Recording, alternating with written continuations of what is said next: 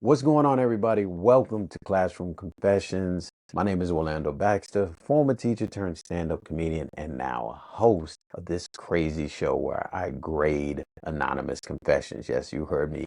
Grading anonymous confessions. I'm back in school, baby.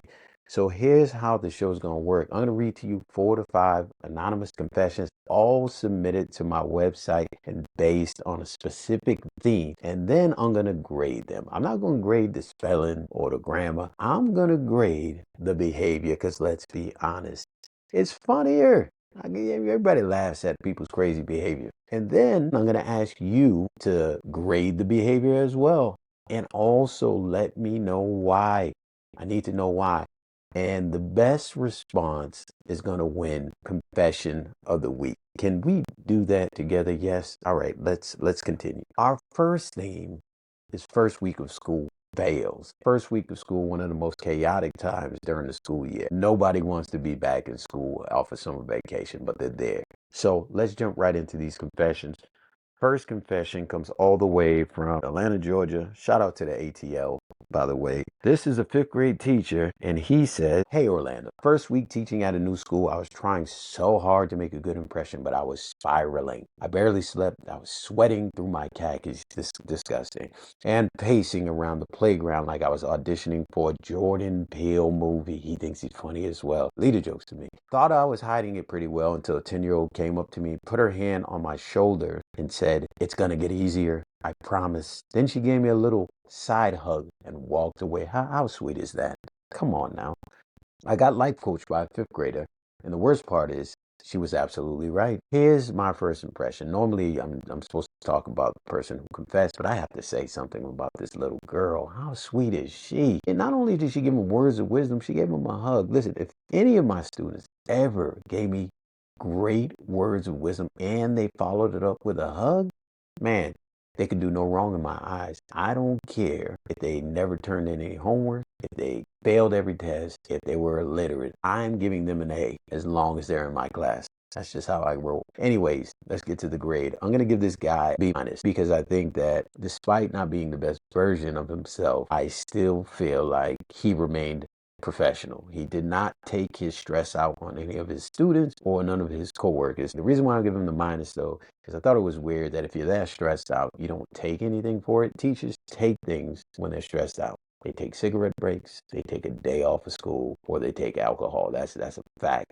And he did none of that, so I thought that was weird. Anyways, let's move on. Confession number 2 comes all the way from Springfield, Massachusetts. Shout out to Springfield. I'm a Massachusetts guy, so love y'all. Comes from a cafeteria worker. She says, "Dear Orlando, this happened on my first lunch shift of the year. 7th grade shouted, 'Miss, there's a rat under the register.' Without thinking, I scrambled like I was in a horror movie. I mean loud, almost threw a lunch tray at it. A little aggressive. Turned out it was a fake Halloween rat. She got pranked. Just a rubber prop. They set me up. Whole table started laughing. One kid filmed it on his phone. I was on TikTok by 4th period. Are you shitting me? Really? Now I check under the register every single day. First week on the job, and I fell for it. I'll own that. You will own that. That was, listen, shout out to the kid who pranked her on the first day of school. Usually kids wait to the end of the school year, the middle school year when they get to know. This guy went right for the gusto, and I respect that. So shout out to him.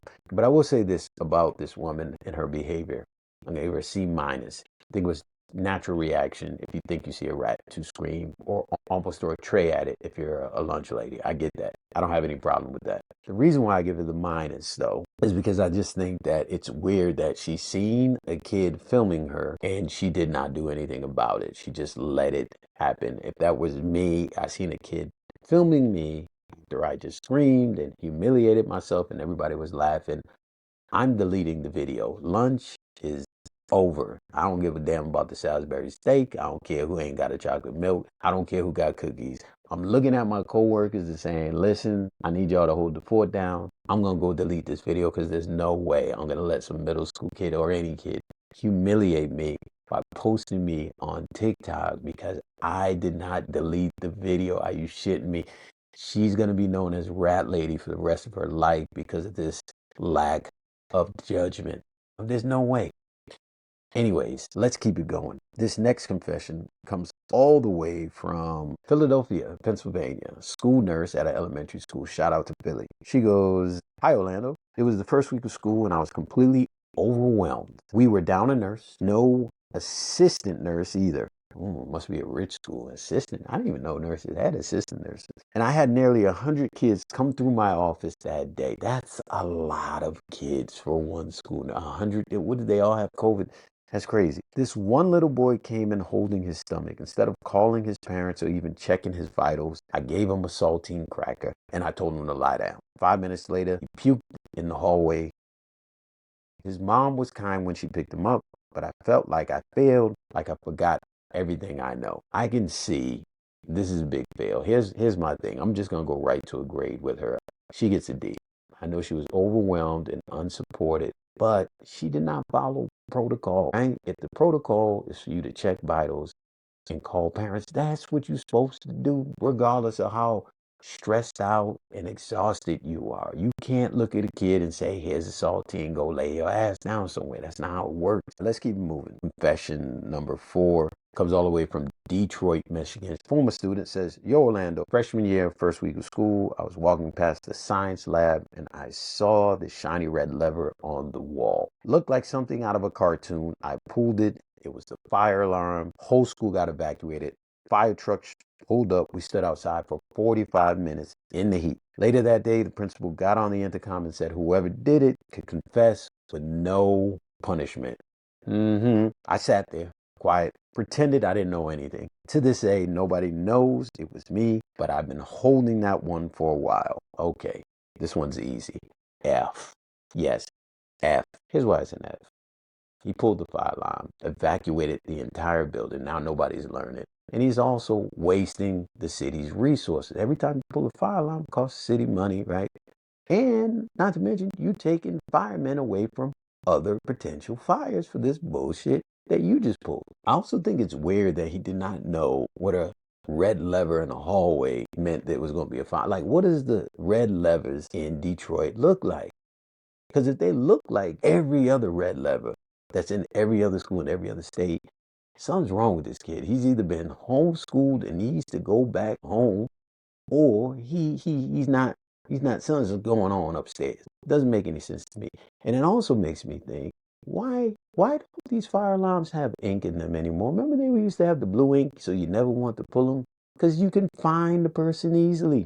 You don't have to have the principal out there trying to trick people into telling on themselves, right? You pull the fire alarm, the principal comes down and says, "You didn't do it, you didn't do it. Smurf, come with me."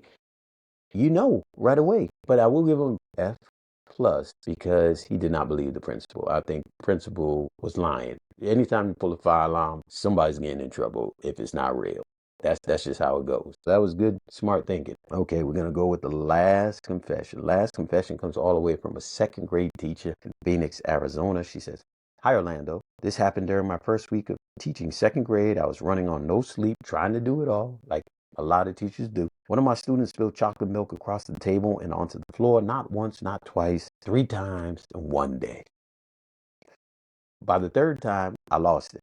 I raised my voice, made the kid cry, and said something like, 'Maybe you're not ready for the second grade if you can't hold the milk carton.' I watched his face just crumble. I apologized later, called the parents and everything, but it still haunts me. That was not my finest moment, and I can see that. That was terrible. Teachers have meltdowns all the time. I've never heard of anyone having a milk meltdown, especially on the third milk. Maybe if the milk got thrown at you, you can have a meltdown like that, but he spilled it. He's in second grade. I don't get it.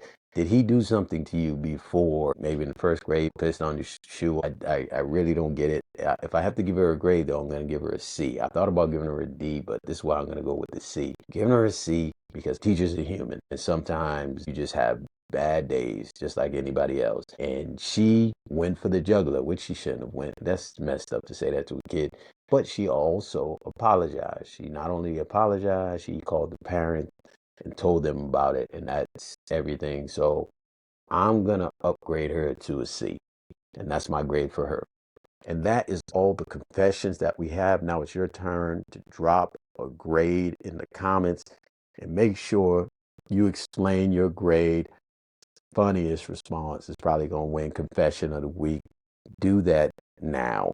Also, if you have your own confession that you'd like to submit to Classroom Confessions, be sure to go to orlandobaxter.com and leave a message or leave a voice recording. I read and listen to them all, and who knows, it could end up on the show. Next week's theme is kicked out of class. So if you've ever been kicked out of class or have been the one that did the kicking, this episode is for you. If you got a confession, please send it in orlandobaxter.com. And that's it for this episode. Thanks for hanging out with me. Remember to hit that subscribe button on YouTube or on the podcast if you're listening. I want all of you to have an absolutely fabulous weekend. I can't wait to see you next week. Thank you for watching or listening to Classroom Confessions. Peace.